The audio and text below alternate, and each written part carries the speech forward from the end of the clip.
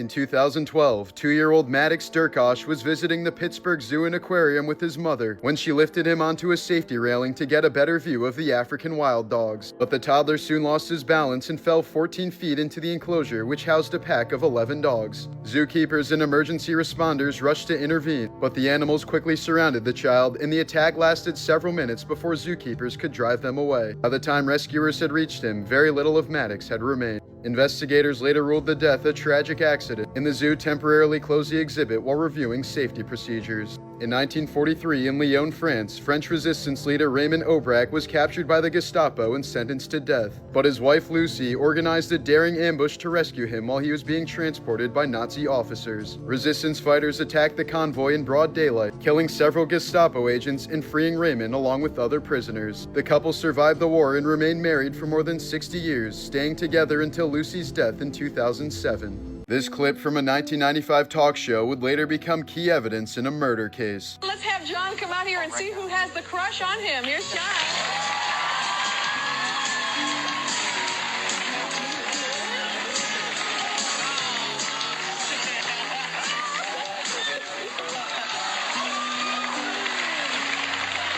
Hi, John. Did you think Donna had the crush on you? Did I? No, we're good friends. Well, guess what? It's Scott that has the crush on you. You lied to me.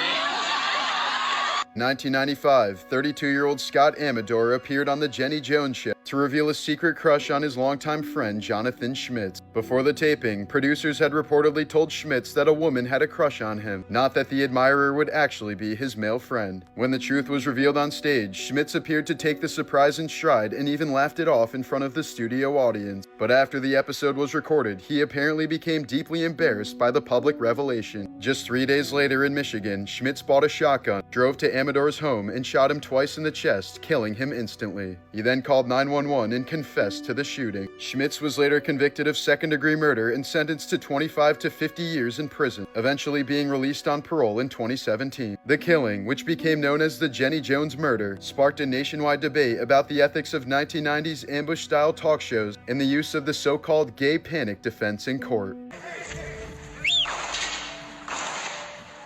That was the sound of gunshots echoing through the streets during the siege of Sarajevo in the Bosnian War. During the siege, civilians lived under constant sniper fire from soldiers positioned in the surrounding mountains. Between 1992 and 1995, more than 10,000 people were killed in the city, including at least 1,500 children. Decades later, investigators finally uncovered extremely disturbing evidence suggesting some of those sniper positions were used for what became known as the Sarajevo Sniper Safari. According to testimony in ongoing criminal investigations, wealthy foreign visitors allegedly paid tens of thousands of dollars to Bosnian Serb forces for the opportunity to fire at innocent civilians trapped inside the besieged city. Witnesses claim the visitors were escorted to hillside sniper nests overlooking Sarajevo, where they could shoot at people crossing streets or running between buildings. Some reports even described a price list for targets, with higher payments allegedly associated with killing children. Italian prosecutors opened a war crimes investigation in 2025, and the first suspect has been formally placed under investigation for multiple counts of murder related to the alleged sniper tourism.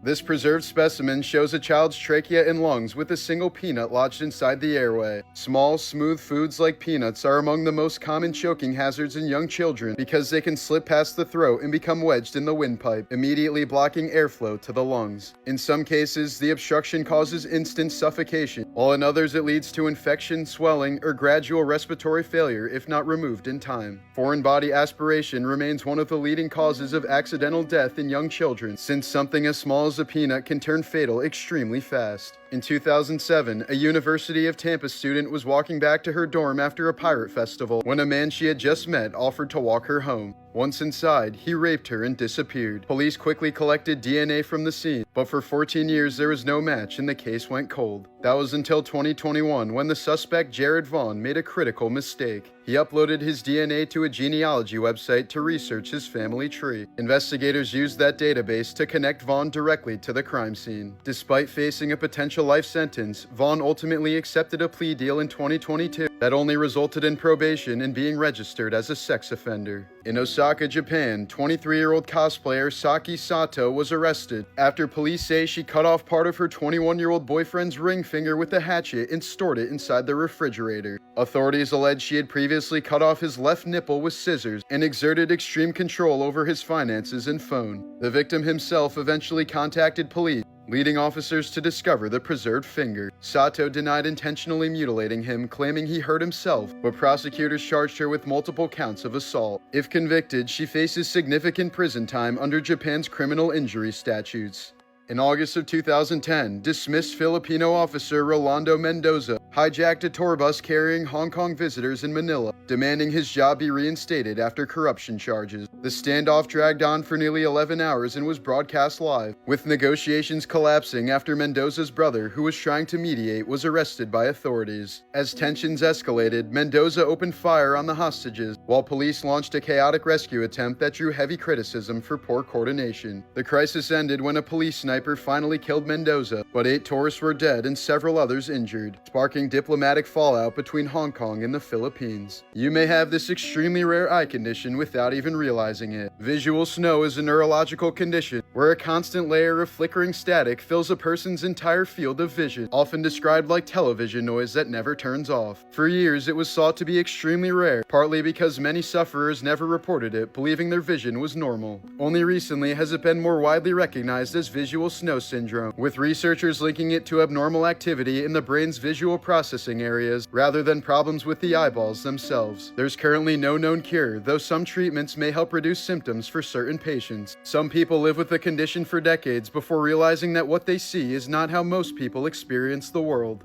Xenoturbella is a simple deep-sea organism that has no brain, no eyes, and no clearly defined organ, consisting mostly of a soft, ciliated body with a single opening used for both feeding and waste. First discovered in the 1900s, it puzzled scientists for decades because its anatomy is so minimal that researchers struggled to classify it, with debates still continuing over where it fits on the evolutionary tree. It survives by ingesting tiny organic material on the ocean floor, and for many researchers it appears to exist for no clear reason. In 2006, comedian Bill Maher sparked backlash after attending a Halloween party dressed as Steve Irwin, wearing a khaki outfit with a fake stingray barbed through his chest just weeks after Irwin's real-life death. Irwin had died that September while filming a documentary when a stingray's barb pierced his heart, making the costume feel especially raw to fans and the public. Maher later defended it as dark humor, arguing that risk comes with working around wild animals, but critics called it disrespectful and too soon, turning the outfit into one of the most controversial celebrity costumes of the era. A 49-year-old man in Romania caused a devastating accident in 2016 while cutting firewood with a neighbor after the two had reportedly been drinking together. Authorities said he mishandled a running chainsaw during what witnesses described as joking around, striking the 53-year-old victim directly in the groin. The man was rushed into emergency surgery with catastrophic injuries, but doctors were unable to save his floppy Johnson. Investigators treated the incident as a reckless accident rather than an intentional attack, a grim reminder of how alcohol and dangerous objects can quickly turn a fun night into a life-altering tragedy. In 1993, Sicilian mafia boss Giovanni Brusca ordered the kidnapping of 12-year-old Giuseppe Di Matteo to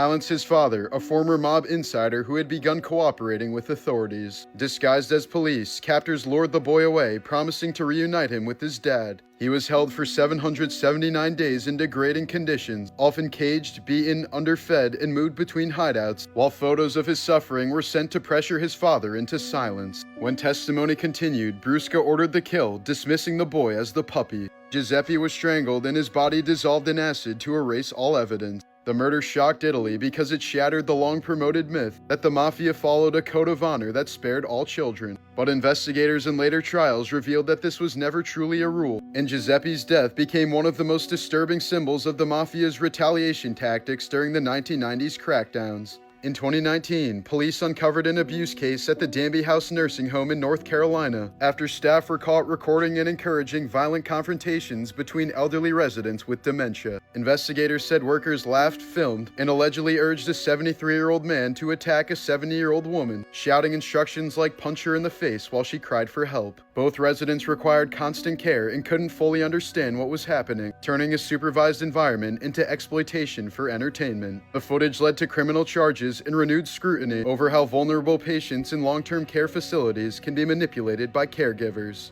In 2021, Mexican rapper Dan Sur went viral after revealing he had surgically implanted gold chains into his scalp to replace his hair. He claimed doctors inserted medical hooks directly into his skull so the chains would permanently hang from his head, calling it gold hair. Plastic surgeons who saw the videos warned the procedure was extremely dangerous, with high risks of infection, scarring, and damage to the skull, and said that no reputable clinic would ever perform it. In 2020, a nurse named Donna Montecone, while working at Yale University's fertility center, secretly stole fentanyl from at least 175 vials intended for women undergoing egg retrieval procedures. Over a 5-month period, she replaced the powerful opioid with saline to conceal the theft, leaving patients to endure the invasive procedure with little or no pain relief. Several women later described the pain as torturous and traumatic, including at least one patient who underwent 8 retrievals while fully awake. When patients questioned the severity of the pain, Montecone allegedly assured them it was normal, delaying detection of the abuse. Investigators later determined she was diverting the fentanyl to support her own opioid addiction. She was arrested in 2020, pleaded guilty to drug tampering charges, and was later sentenced to federal prison.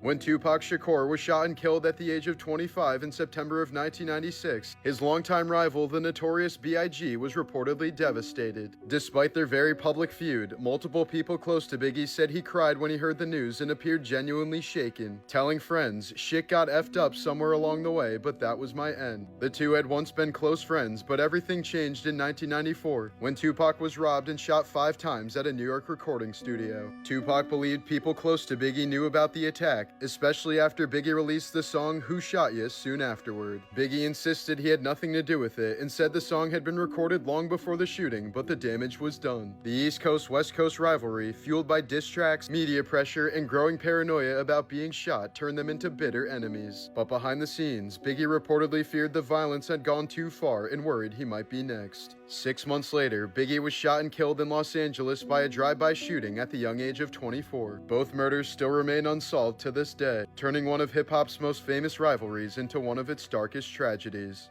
In Tewkesbury, England, 56-year-old Amanda Nixon, a mother of 10, was found guilty of essentially holding a female slave captive in her home for 25 years, exploiting her as a forced domestic servant under harrowing conditions. Wixon brought the victim into her household in the mid-1990s when she was a teenager with learning difficulties, and over the next quarter-century kept her locked inside, regularly physically abusing her, strangling her, hitting her with a broom handle hard enough to knock her teeth out, squirting detergent down her throat, splashing bleach on her face, and forcibly shaving her head. Prosecutors told the court that Wixon deprived her of food, basic hygiene, medical and dental care, and any freedom to leave, even collecting state benefits paid on the victim's behalf while the victim lived in squalor. Wixon denied all the charges, blamed her son for the situation, and showed no remorse, dismissing the convictions as rubbish and refusing to express regret, as jurors convicted her of false imprisonment, forced labor, and assault after hearing evidence of the decades of cruelty. Here's an insane compilation of hospital patients playing instruments while surgeons operate directly on their brains. During certain brain surgeries, called awake craniotomies, patients are kept fully conscious while doctors remove tumors or treat severe epilepsy. The brain itself cannot feel pain, so surgeons can safely work while the patient is awake. Patients are asked to talk, sing, or play instruments during the operation, so doctors can map exactly which parts of the brain control speech, movement, and music. If the patient suddenly loses coordination or stops playing correctly, surgeons immediately know they're too close to an important area. In some cases, patients can hear the drilling and feel pressure but experience no pain. Some even have full conversations with the surgical team while their brain is exposed. This insane process allows doctors to remove as much of the tumor as possible while avoiding permanent damage to speech, memory, or motor function. So while it looks unreal, these patients are actually helping to guide their own brain surgery in real time.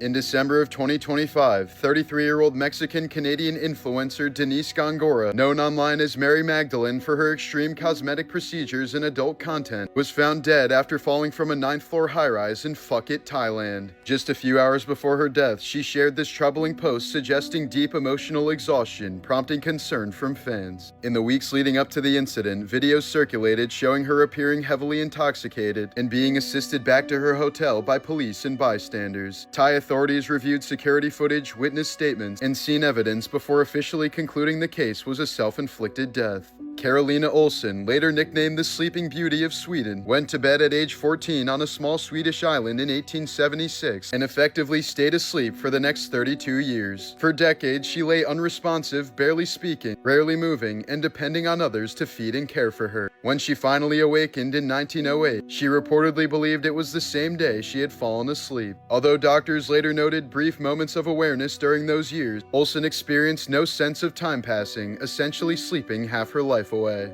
In 2012, Harold Henthorne claimed that his wife Toni had died in a hiking accident after falling 140 feet off a cliff in Rocky Mountain National Park. On the day of their 12th wedding anniversary, Harold insisted on a strenuous hike up Deer Mountain despite Toni's bad knee and limited hiking experience. After her fall, he gave investigators multiple conflicting accounts, repeatedly changing what he said he was doing at the moment she fell over the edge. Investigators later found a map in his car with the exact location of her death marked with an X and uncovered that his spouse before Toni had also died years earlier under mysterious circumstances. Toni's death closely resembled the 1995 death of Lynn Henthorne, who was crushed beneath a Jeep on a remote Colorado road when it supposedly slipped off a jack. Harold claimed both deaths were merely accidents, but prosecutors argued the similarities were far too extreme to be considered coincidence. In 2015, he was convicted of murdering Toni Henthorne and sentenced to life in prison.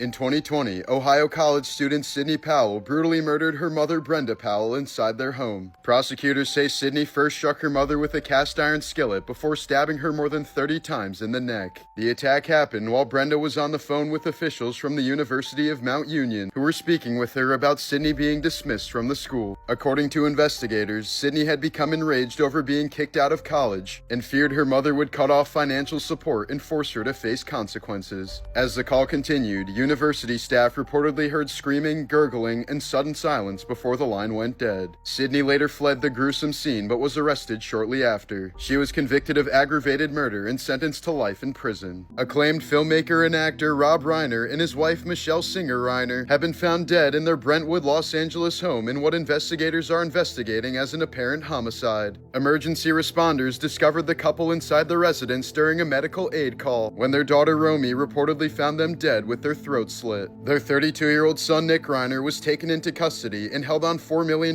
bail in connection with the deaths, though police have not publicly released a confirmed motive. Nick has a well-documented history of long-term drug addiction and periods of homelessness, first entering rehab around age 15 and struggling for years before finally getting clean. He later worked with his father on the 2015 film Being Charlie, which drew on his experiences with addiction and recovery. Rob Reiner was one of Hollywood's most recognizable directors and actors, known for films such as Stand By Me, The Princess Bride, When Harry Met Sally, and A Few Good Men. His death alongside his wife's has sent shockwaves through the entertainment industry as authorities continue their investigation.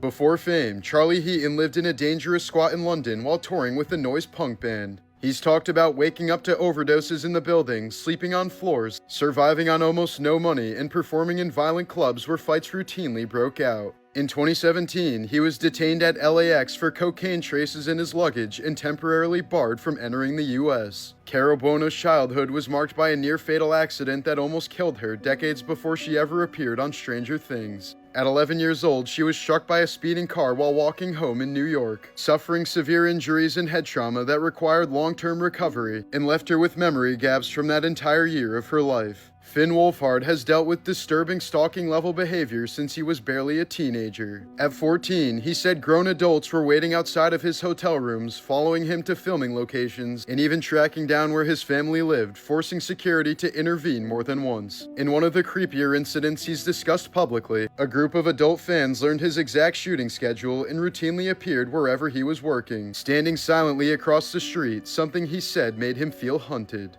Russian fitness influencer Dmitry Nuyanzin has died after collapsing during a workout, and investigators say his body had been pushed to the absolute breaking point. The 32-year-old had recently been filming a 10,000-calorie bulking challenge while still cutting water for photo shoots and reportedly cycling stimulants and anabolic agents. Friends said he'd been complaining of dizziness and chest pain but kept training to keep up the content. When he collapsed at the gym, doctors couldn't revive him, and the autopsy showed his heart was severely enlarged and overloaded, more like that of a much older man. Experts concluded he suffered sudden cardiac failure triggered by a perfect storm of extreme overeating, chemical strain, dehydration, and relentless overtraining. Nicholas Kunzelman and Stephanie Hart Grizel survived the Columbine shooting in 1999, only to be mysteriously murdered less than a year later. On February 13, 2000, Stephanie went to visit Nicholas while he was closing the Subway restaurant just a mile from their high school. Hours later, an off-duty employee noticed the lights still on, walked in, and saw an unknown young man leaving. Inside, he found both Columbine teens shot to death behind the counter. Nothing was stolen, so it wasn't a robbery, and the witness gave a detailed description of the suspect, but he was never found. Investigators later uncovered a drug ring operation out of that Subway, but there was no link to the teens. To this day, the killer has never been identified.